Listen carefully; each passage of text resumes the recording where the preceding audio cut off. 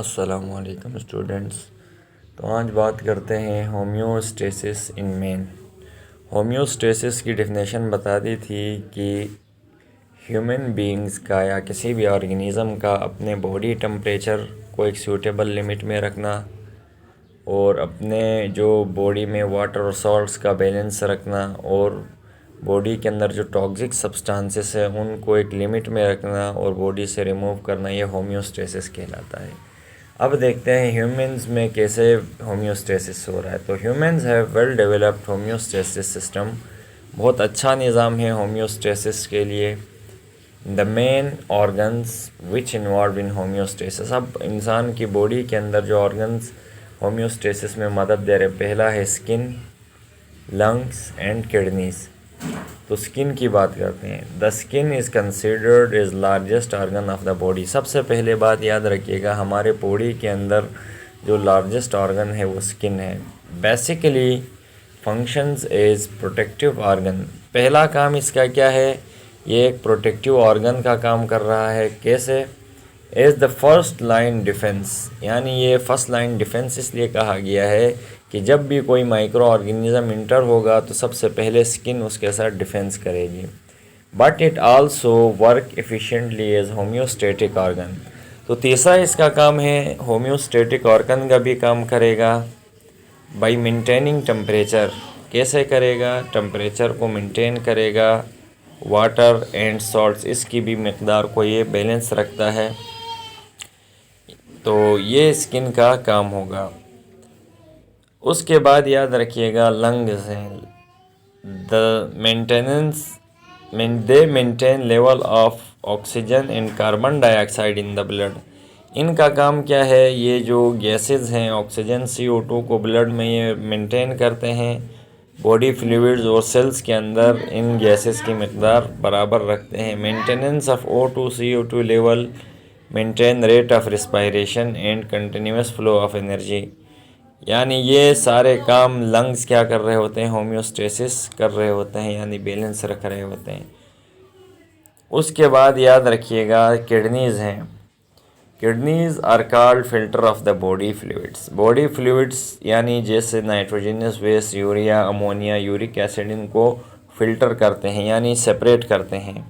दे maintain internal water, ये याद रखिएगा बॉडी के अंदर लिविंग ऑर्गेनिज्म की उसको भी मेंटेन करते हैं by removing excessive water. Excessive water वो वाटर जो बॉडी को नहीं चाहिए उसको रिमूव करेंगे। Also maintain urea, uric acid, ये नाइट्रोजनस जो कंपाउंड्स हैं, क्रिएटिनिन एंड अदर वेस्ट, और इन जैसे दूसरे वेस्ट को भी एक्सक्रीट करते हैं थ्रू यूरिन। यूरिन के ज़रिए इनको भी बॉडी से रिमूव करके इस तरह क्या करते हैं, या ऑस्मो रेगुलेशन करते हैं। अब बात करते हैं स्ट्रक्चर ऑफ ह्यूमन स्किन। अगर ह्यूमन स्किन को देखा जाए उसका स्ट्रक्चर कैसा है। स्ट्रक्चर याद रखिएगा स्टूडेंट्स, पहले भी बताया था कि कोई भी चीज़ जो नज़र आ रही होती है वो उसका स्ट्रक्चर होता है। जैसे जब हम स्किन को देखते हैं तो वहाँ पर हमें कुछ लेयर्स नज़र आएंगी, जैसे ये एपिडर्मिस है, ये डर्मिस है, ये हाइपोडर्मिस, उसके नीचे सब ये स्ट्रक्चर में आता है। अभी देखें, ऊपर ब्रीफली पढ़ते हैं। Human skin consist 3 layers called epidermis, dermis and hypodermis. इंसानों की जिल्द में 3 तह होती हैं, एपिडर्मिस, डर्मिस और hypodermis. Outer layer of skin is epidermis. सबसे बाहर जो बैरूनी लेयर है इसको एपिडर्मिस कहते हैं। अब इसकी कैरेक्टरिस्टिक्स याद रखिएगा। एपिडर्मिस पहले तो आउटर लेयर ऑफ स्किन है, made up of flat dead cells. इसके में सेल्स होते हैं जो कि फ्लैट हैं। फ्लैट ये देखें ऐसे, ये फ्लैट कहलाता है, फ्लैट है। और क्या है, डेड सेल्स, और डेड सेल्स हैं और ये केराटिन प्रोटीन से मिलके बने हैं। ये एक ख़ास किस्म की प्रोटीन है जिसे केराटिन कहते हैं, उससे ये सेल्स बने हैं। This layer does not contain blood vessels. और इसकी चौथी खुसूसियत याद रखिएगा, इसमें कोई ब्लड वेसल नहीं होता। अच्छा, पांचवा, इट इज़ अनपरमेएबल टू वाटर। पांचवी खुसूसियत यह है कि पानी इसके अंदर नहीं जा सकता। छठी, prevent water loss from the body as well as, यानी और ये क्या करती है, वाटर को लूज होने से भी बचाती है और ये प्रोटेक्टिव लेयर का काम करती है।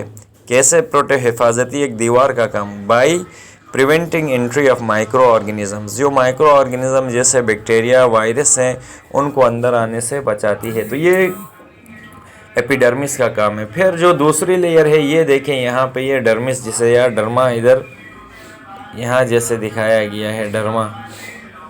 तो अब याद रखिएगा ये जो डर्मा है या सेकंड लेयर ऑफ स्किन है, layer present between epidermis and hypodermis. Derma वो लेयर है जो एपिडर्मिस और हाइपोडर्मिस इसके बीच में होती है, इसको हम डर्मिस कहते हैं। It contains many different structures, तो याद रखिएगा इसके अंदर मुख्तलिफ स्ट्रक्चर्स होते हैं जिससे मिलके ये बनी हुई है। तो नर्व्स एंडिंग रिसेप्टर्स, यहाँ पर क्या होते हैं, नर्व एंडिंग के रिसेप्टर्स होते हैं टू डिटेक्ट टेम्परेचर चेंज, और ये टेम्परेचर चेंज को डिटेक्ट करते हैं। पेन, यानी अभी जैसे हमारी बॉडी में अगर पेन होता है तो ये डर्मिस के अंदर वो नर्व एंडिंग रिसेप्टर्स हैं जिसकी वजह से हमें पेन महसूस होती है या कहीं कोई प्रेशर आता है। The dermis also contain sweat glands, और यहीं डर्मिस के अंदर स्वेट ग्लैंड्स यानी जो हमें पसीना आता है तो ये भी, इसके पोर्स भी, ग्लैंड्स भी यहीं हैं।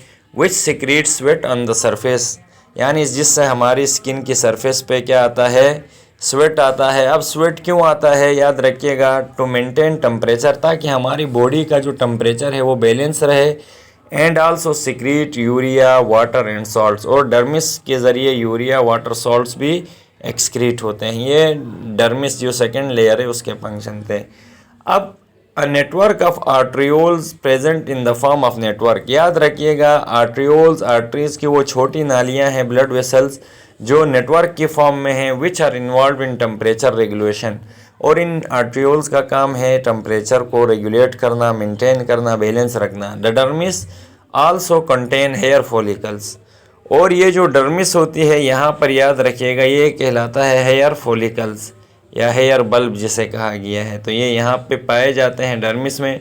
एंड सेबेशियस ग्लैंड्स, और इसके अंदर मुख्तलिफ सेबेशियस ग्लैंड्स भी पाए जाते हैं, जिससे सीबम, एक ऑयली सिक्रीशन है जिसे सीबम कहा जाता है, जो कि बालों को शाइन देता है, ये भी यहाँ से सिक्रीट होता है।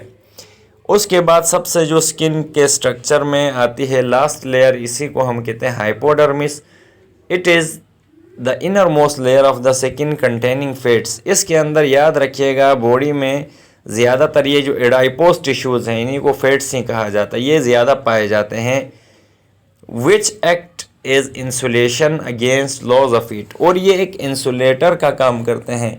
याद रखिएगा स्टूडेंट्स, इंसुलेटर्स या ऐसे यानी चीज़ें होती हैं जो हीट को कंजर्व रखती हैं अंदर और हीट लॉस से बचाती हैं। तो यहाँ पर भी ये जो हाइपोडर्मिस है इसका काम क्या है, इंसुलेशन का काम है, यानी ये हीट को बॉडी से बाहर जाने नहीं देगी, और जब भी हमें सर्दी नहीं लगती, अगर आपकी डर्मिस के अंदर फैट्स कम होंगे तो आपको ज़्यादा ठंड लगेगी, क्योंकि वो इंसुलेशन का काम नहीं करेगी, हीट लॉस होगी जिससे ठंड लगती है। इट आल्सो स्टोर्स एनर्जी, और इसका काम क्या है, एनर्जी स्टोरेज भी इसका काम है। तो ये था आज स्किन का स्ट्रक्चर। उम्मीद है आपको समझ आ गया होगा।